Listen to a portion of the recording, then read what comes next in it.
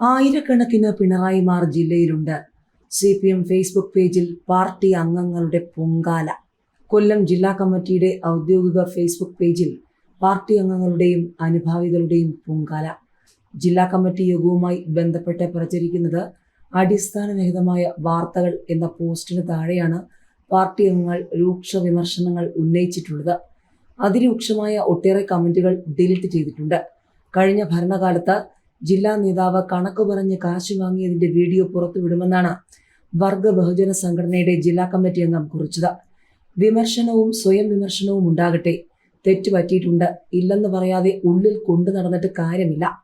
ഒരു പിണറായി സഖാവാണ് തോൽവിക്ക് കാരണമെന്ന് പറയാതെ അദ്ദേഹത്തെ അനുകരിക്കാൻ ആയിരക്കണക്കിന് പിണറായിമാർ കൊല്ലം ജില്ലയിലുണ്ട്.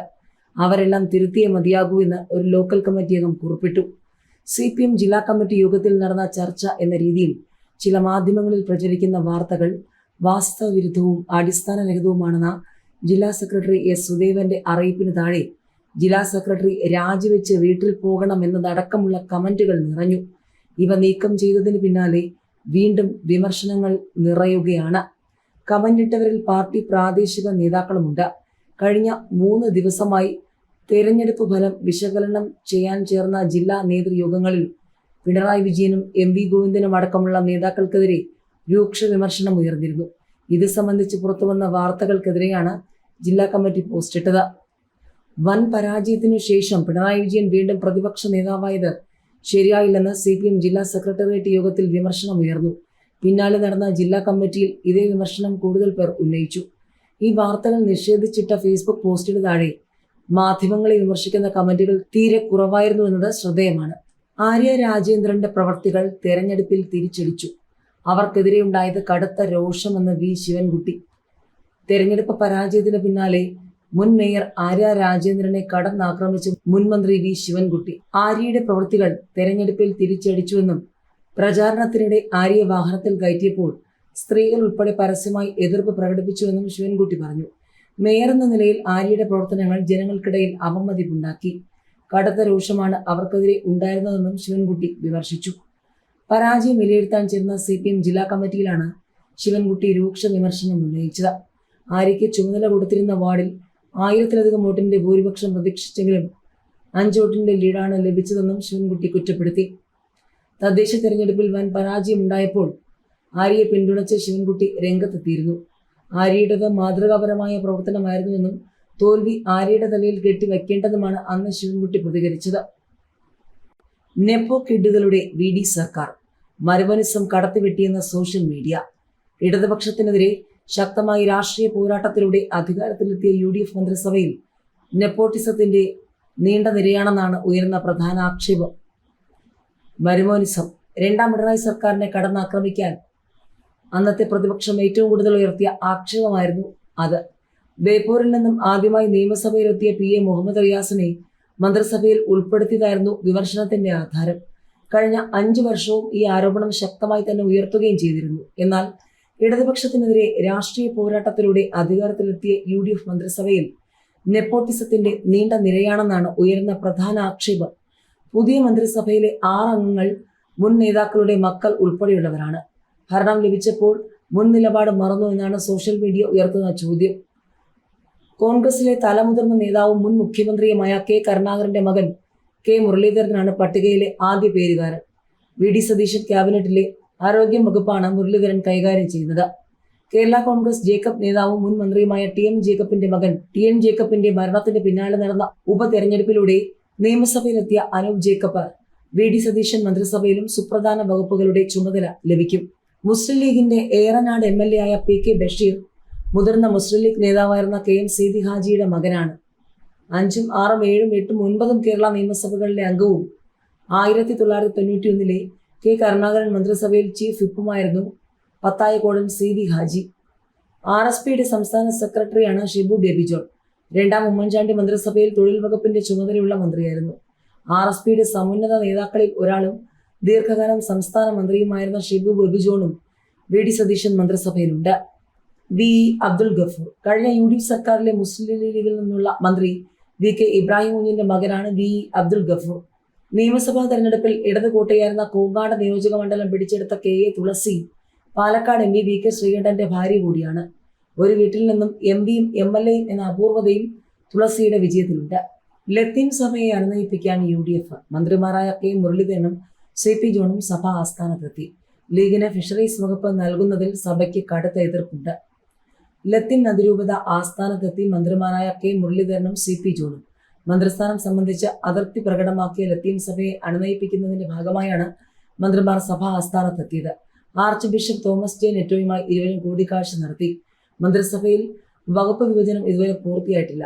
ഫിഷറീസ് വകുപ്പിൽ ധാരണയായിട്ടില്ല. അതിനിടെയാണ് സന്ദർശനം. ലീഗിന് ഫിഷറീസ് വകുപ്പ് നൽകുന്നതിൽ സഭയ്ക്ക് കടുത്ത എതിർപ്പുണ്ട്. കടലിനെ അറിയുന്നയാൾ മന്ത്രിയാകണമെന്ന് ഇന്നലെ മുഖ്യമന്ത്രി VD സതീശനോടും സഭ ആവശ്യപ്പെട്ടിരുന്നു. ലത്തീൻ സഭ ആസ്ഥാനത്തെ സ്ഥിരം സന്ദർശകനാണെന്നും തിരുവനന്തപുരത്തെ 2 മന്ത്രിമാരായതിനാലാണ് CP ജോണുമൊത്ത് വന്നതെന്നും കെ മുരളീധരൻ പറഞ്ഞു. മുഖ്യമന്ത്രിയോട് അവർ മന്ത്രിസ്ഥാനം സംബന്ധിച്ച ആവശ്യം പറഞ്ഞിരുന്നു. ഞങ്ങളോട് പ്രത്യേകം ഒന്നും സംസാരിച്ചിട്ടില്ല. ഈ ചർച്ചയിൽ അങ്ങനെ കാര്യങ്ങളൊന്നും ആവശ്യപ്പെട്ടിട്ടില്ല. പരമാവധി സാമുദായിക പരിഗണന നൽകിയിട്ടുണ്ടെന്നും കെ മുരളീധരൻ പറഞ്ഞു. പാർശ്വവൽക്കരിക്കപ്പെട്ട വിഭാഗങ്ങൾ അങ്ങനെ തന്നെ തുടരുകയാണെന്നും അത്തരത്തിലുള്ളവർ മുന്നിലേക്ക് വരണമെന്നും ലത്തീൻ അതിരൂപത വികാരി ജനറൽ യൂജിൻ പെരേര പറഞ്ഞു. മുഖ്യമന്ത്രി VD സതീശന് നേരെയുള്ള ചോദ്യങ്ങൾ അവസാനിക്കുന്നേയില്ല. CPM വേട്ടയാടിയ തന്നെ പോലെയുള്ളവരെ പൊരുവയിലത്ത് നിർത്തി റെനിയെ കയറ്റിവിട്ടതാര്? കഴിഞ്ഞ 10 വർഷം കോൺഗ്രസിനായി തന്നെപ്പോലെ ജീവനും ജീവിതവും നൽകി ജയിലിൽ കിടന്നവർ ദൂരെ നിന്ന് സത്യപ്രതിജ്ഞാ ചടങ്ങ് വീക്ഷിക്കുമ്പോൾ ആൻ ജോർജ് എന്ന ഒരു യൂട്യൂബ് റീൽ മോഡൽ മാത്രമായ സ്ത്രീയെ മുഖ്യമന്ത്രിയുടെ സത്യപ്രതിജ്ഞാ വേദിയിലേക്ക് കയറ്റിവിട്ടത് ആരാണെന്ന് യൂത്ത് കോൺഗ്രസ് മണ്ഡലം പ്രസിഡന്റ് നിഖിൽ പൈലി. ഞങ്ങളെപ്പോലുള്ളവരെയൊക്കെ മറന്ന് ഇവരെ പോലുള്ളവരെ ഓർക്കുമ്പോൾ ഒരു കാര്യം മറന്നു പോകരുത്. LDF സർക്കാരിനെതിരെ സമരം ചെയ്തും CPMന്റെ തല്ലുകൊണ്ടും വീടുകൾ കയറി വോട്ട് ചോദിച്ച് കിട്ടിയതാണ് ഈ മന്ത്രി കസേരകളെന്ന് അദ്ദേഹം ഫേസ്ബുക്കിൽ കുറിച്ചു. സത്യപ്രതിജ്ഞാ ചടങ്ങിനിടെ കോൺഗ്രസ് പ്രവർത്തകർ കൂക്കി വിളിച്ചതിൽ പ്രതികരിച്ച് നടി റെനി ആൻ ജോർജ് രംഗത്തെത്തിയതിന് പിന്നാലെയാണ് നിഖിൽ പൈലിയുടെ ഫേസ്ബുക്ക് പോസ്റ്റ്. ചില കുലംകുത്തികൾ ഓരിയിട്ടു എന്നാണ് റെനി ഈ സംഭവത്തെ വിശേഷിപ്പിച്ചത്. സെൻട്രൽ സ്റ്റേഡിയത്തിൽ UDF മന്ത്രിസഭയുടെ സത്യപ്രതിജ്ഞയ്ക്കിടെയാണ് റെനിയെ കോൺഗ്രസ് പ്രവർത്തകർ കൂവിയത്. സത്യപ്രതിജ്ഞാ ചടങ്ങിൽ ദേശീയ നേതാക്കളെ അടുത്ത് കാണാനും സംസാരിക്കാനുമുള്ള അവസരം ലഭിച്ചു. ഇതെല്ലാം കണ്ട് കണ്ണുകടിയുണ്ടായ ചില കുലംകുത്തികൾ ഓരിയിട്ടു. അതിനെ അർഹിക്കുന്ന അവജ്ഞയോടെ അപ്പോൾ തന്നെ അവഗണിക്കുകയും ചെയ്തു എന്നാണ് റെനിയുടെ ഫേസ്ബുക്ക് പോസ്റ്റ്. കൂവിയത് കോൺഗ്രസുകാരാണെന്ന് കരുതുന്നില്ലെന്നും കോൺഗ്രസുകാർ സ്നേഹത്തോടെയാണ് പെരുമാറിയെന്നും റെനിയുടെ പോസ്റ്റിലുണ്ട്.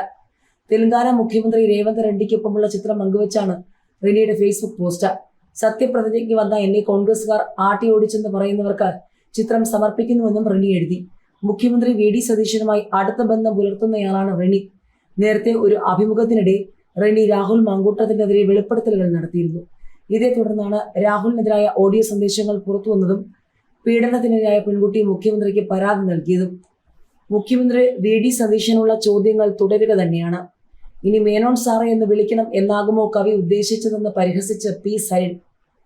മുഖ്യമന്ത്രി VD സതീശനെതിരെ പരിഹാസവുമായി CPM നേതാവ് P സരിൻ. മുഖ്യമന്ത്രിയായി സത്യപ്രതിജ്ഞ ചെയ്തപ്പോൾ പേരിനൊപ്പം ജാതി വാലും വന്നതിനെയാണ് സരിൻ പരിഹസിച്ചത്. ദാമോദരൻ, ഉണ്ണിമകൻ, ദിൽമാൻ, ഇടക്കൊച്ചിയെ ജനങ്ങൾ ഡ്യൂഡ് എന്ന് വിളിച്ചതുപോലെ ഇനി മേനോൻ സാറേ എന്ന് വിളിക്കണം എന്നാകുമോ കവി ഉദ്ദേശിച്ചത് എന്നാണ് P സരിൻ സമൂഹ മാധ്യമങ്ങളിൽ കുറിച്ചത്. മുഖ്യമന്ത്രി VD സതീശൻ വടശ്ശേരി ദാമോദരൻ മേനോൻ സതീശൻ എന്ന് പറഞ്ഞായിരുന്നു സത്യപ്രതിജ്ഞ ചെയ്തത്. സതീശന്റെ പേരിൽ ഇതുവരെ ഇല്ലാത്ത ജാതിവാൽ എവിടെ നിന്നാണ് വന്നതെന്ന് സോഷ്യൽ മീഡിയയിൽ സംസാരമുണ്ടായിരുന്നു.